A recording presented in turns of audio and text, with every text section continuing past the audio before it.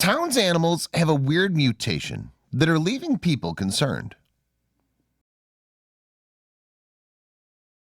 But before we start, please take a moment to give this video a like, subscribe to HappyWorld, and hit the bell so you'll never miss these great stories. There's a lot of perks in growing up on a farm. None, however, top the animals. Being able to feed an ostrich, milk a cow, and cuddle a cat all without leaving the property is all anyone can ask for. That doesn't come without some serious emotional attachment, though. That's why one Japanese man couldn't stop thinking about his animals after a terrible disaster forced him to flee his home. Determined to see his friends again, he defied laws and headed right for the trouble.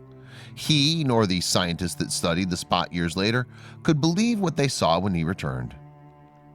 As Naoto Matsumura fed his beloved kittens in 2011, he was acutely aware that he was breaking Japanese law. He didn't care, though. His animals meant everything to him. In fact, caring for them was literally cutting years off his life. See, Naoto didn't exactly live in a normal community. He lived in Tomika, Japan, which after 2011 wasn't a beautiful cherry blossom-lined village the 50-some-odd-year-old farmer had fallen in love with over the past 5 decades.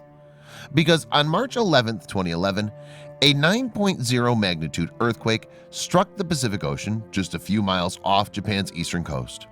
One of the most powerful quakes in history, the aftermath proved devastating to Naoto's hometown. The Great East Japan earthquake stirred up tsunamis that smashed into the Fukushima prefecture, cutting off power to 3 nuclear reactors in the area. A meltdown that rivaled Chernobyl ensued, the fallout making it all the way to Naoto Matsumura's Tomika. Public officials wisely demanded citizens evacuate the fallout area, so Naoto took his parents and went to Iwaki, unable to bring his beloved farm animals with him. He needed his pets, but he was only supposed to be gone a few days. After evacuating, Naoto started kicking an idea around in his head. What if he just went back to the radioactive exclusive zone? The thought of radiation-induced leukemia terrified him, but the fear of losing his animals hurt him just as bad. So, leaving his parents in Iwaka, Naoto returned to Tomika. "I was born and raised in this town," he said. "When I die, it's going to be in Tomika." Whether he lived for 2 weeks or 40 years, he didn't care. He wanted to be with his animals. He arrived in Tomika, where he was immediately bombarded by about 17 times the amount of radiation a person can safely be exposed to. Japanese law required his home and village be closed to the public. How could anything survive there? Somehow, though, the animals on his family farm were all alive and doing well. By the look of it, so as if a nuclear reactor had not just melted down all that far from home, Naoto went to work feeding the animals. Soon, he realized something. After feeding the dogs, the neighbor's dogs started going crazy, he said. "I went over to check on them and found that they were all still tied up. Everyone in town left thinking that they'd be back home in a week or so. That wasn't the case." So Naoto untied the animals and fed them. These were only a few of the suffering animals in town. However, everywhere I went there was always barking, he said, like "we're thirsty" or "we don't have any food." He couldn't feed them all. Could he? He could. With a renewed sense of purpose, Naoto started caring for animals all over the exclusion zone. "Scientists told me that I wouldn't get sick from radiation for 30 to 40 years, he said. "I'll most likely be dead by then anyway." Operating off donations from locals inspired by his bravery, the guardian of Fukushima's animals continues caring for the town's pets, even though the government forbade it. No one could stop him. Still, he did have some concerns. Like, for instance, what would become of the other animals caught up in the nuclear fallout? Tomika was a small town. There were still miles upon miles of evacuated territory full of animals, both domesticated and wild, that Naoto couldn't tend to. Well, the University of Georgia had similar questions. Nearly a decade after the earthquake and ensuing fallout, researchers went to the exclusion zone armed with only a camera and a sense of curiosity. What they found seemingly defied science. Numerous species of wildlife are now abundant throughout the Fukushima evacuation zone, despite the presence of radiological contamination, said James Beasley, a UGA wildlife biologist. How could this happen? Incredibly, while scouting an environment devoid of humans and heavily contaminated with all fallout, UGA researchers snapped photos of 20 thriving animal species. One animal population seemed to be doing really well. Wild boars, which normally found themselves at the wrong end of a hunting rifle, flourished with the nuclear fallout. Government officials reported the hogs had moved into abandoned homes and farms. These discoveries, of course, came with a caveat. There wasn't any evidence that these animals were completely healthy or wouldn't suffer long-term genetic damage. Still, scientists were baffled by the idea that, even in the midst of a nuclear fallout, animals thrived without humans around. To further build their theory, UGA scientists looked to another famous exclusion zone. On April 26, 1986, the number 4 nuclear reactor at the Chernobyl nuclear power plant near Pripyat in the former Ukrainian SSR exploded during a routine safety test, and the effect on animals proved just as bizarre. In the wake of the disaster, over 300,000 people were evacuated from the surrounding areas, forced to leave their homes, belongings, and even pets behind. Many believed they'd be allowed to return shortly after the accident, though. Unfortunately, this wasn't the case. Sound familiar? 3 decades later, the exclusion zone remains almost completely abandoned, a ruined relic of the past completely frozen in time. But although the human population here has been reduced to near zero, animal populations thrive.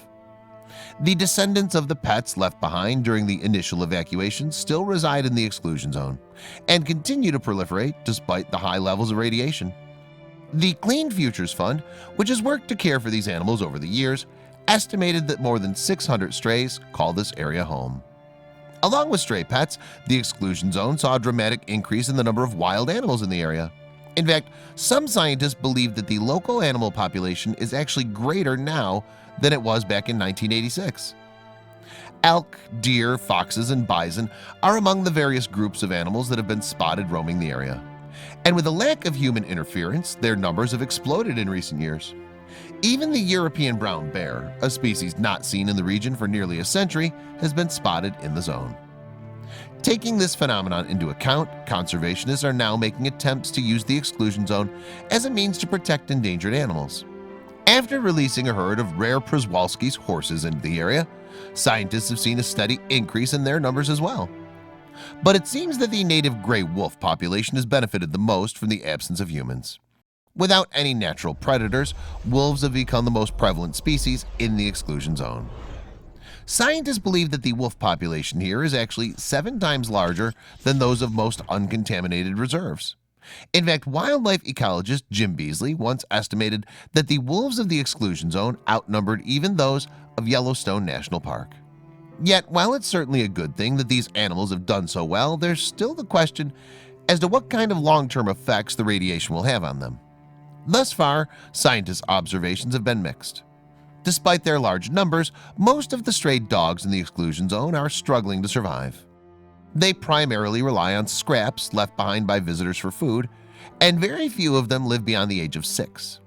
Smaller animals like birds, fish, and rodents have also begun to exhibit the damaging effects of radiation, such as the development of tumors and cataracts.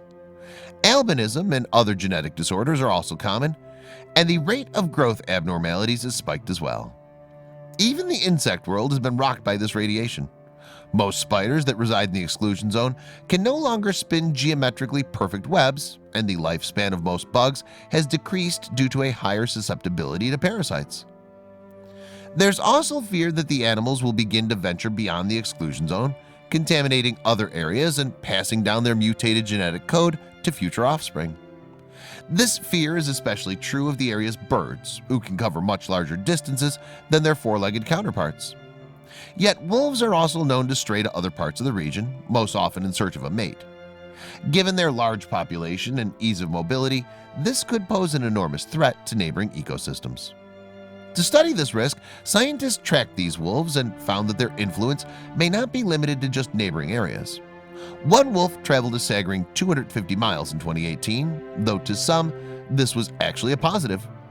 According to Anders Mahler, a scientist at the University of Paris Stud, this wolf traveling such a great distance proved the effects of radiation on animals may not be as devastating as once believed. In fact, some have asserted the populations of the exclusion zone may have actually adapted to the radiation. Though the long-term effects of this radiation remain to be seen, there's no question that the animals of the exclusion zone are more than capable of surviving.